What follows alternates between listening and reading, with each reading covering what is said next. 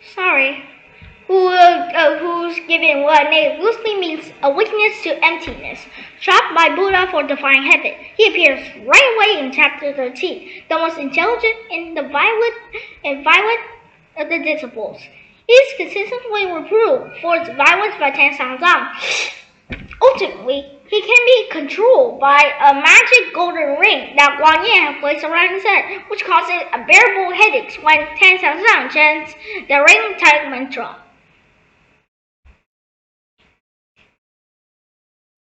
The second appearing in chapter 19 was Zhu Bajie, literally 8% pig, sometimes translated as big time or just pig.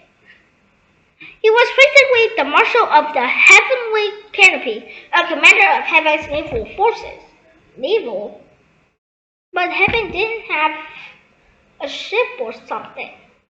And was banished for the mortal realm for harassing the moon goddess Chang'an. A reliable fighter, he was characterized by his insatiable appetites for food and women. Wait, what? And is constantly looking for a way out of his duties, which caused significant conflict with Sun Wukong. The third, appearing in chapter 22, was the river ogre Shao Wu Jing, also translated as Friar Sand or Sandy, which was a funny name though.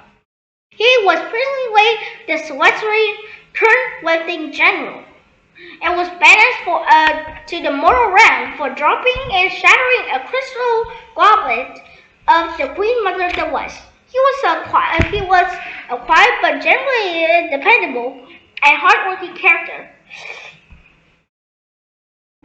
Her serves as a straight foil to the common relief of Sun and Zhu. The fourth is the White Dragon Horse, which was this horse. The third son of the Dragon King, the West Sea, who was sentenced to death for setting fire to his father's great pearl. Whoa. He was saved by Guan Yin from execution to stay and wait for his call of duty. He has almost no speaking role, as throughout the story he mainly appears as a horse that Tan Sangzang rides on.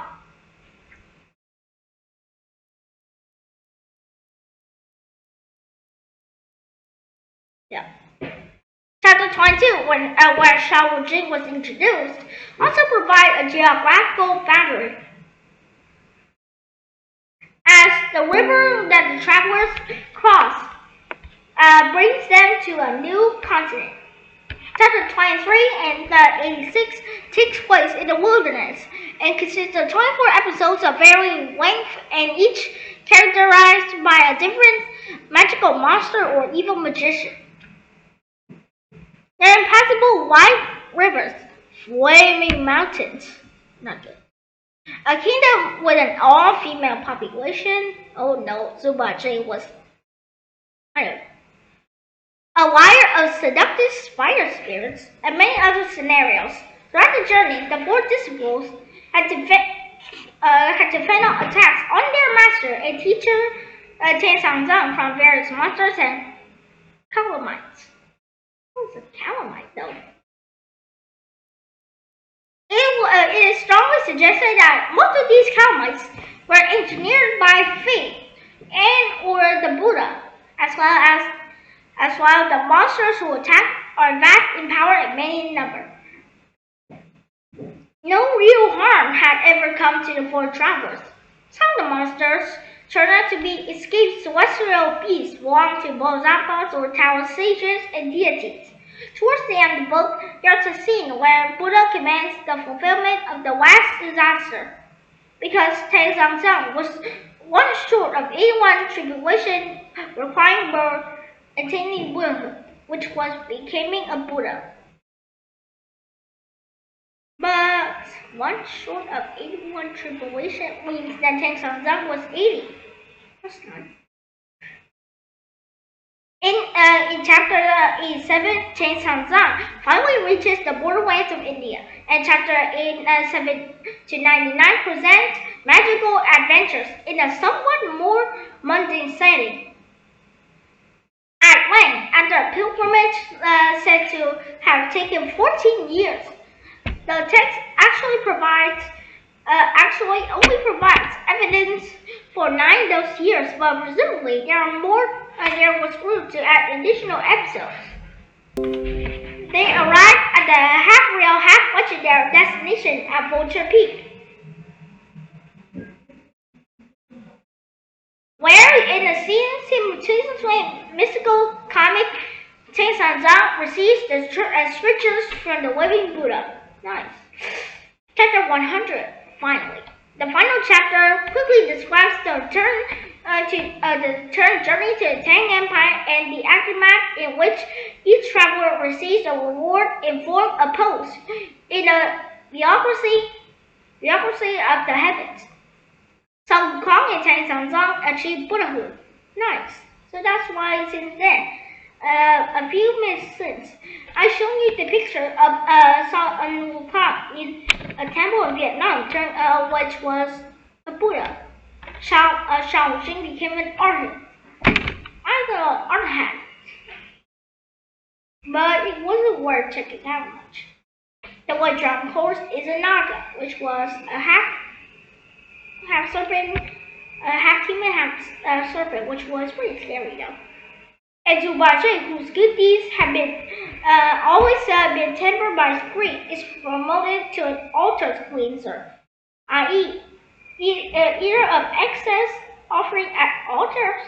I don't remember much, but whoa. Do you think I'll give you a suggestion? Do you think I should read the main characters? Because it was worth checking out. Yes? Oh, well, as you say so, let's make. But Sun Wukong's thing. Sun Wukong, main character Sun Wukong with the Monkey King. Sun Wukong is the name given to this character by his teacher, Subodhi, the latter of which means awakened to emptiness. In the Langley translation, aware of occultism. He was often called the Monkey King. He was born on a powerful mountain from stone egg that formed from ancient rock, created by the coupling of heaven and earth. He first distinguished himself by bravely entering the water current cave of the mountain. Water current.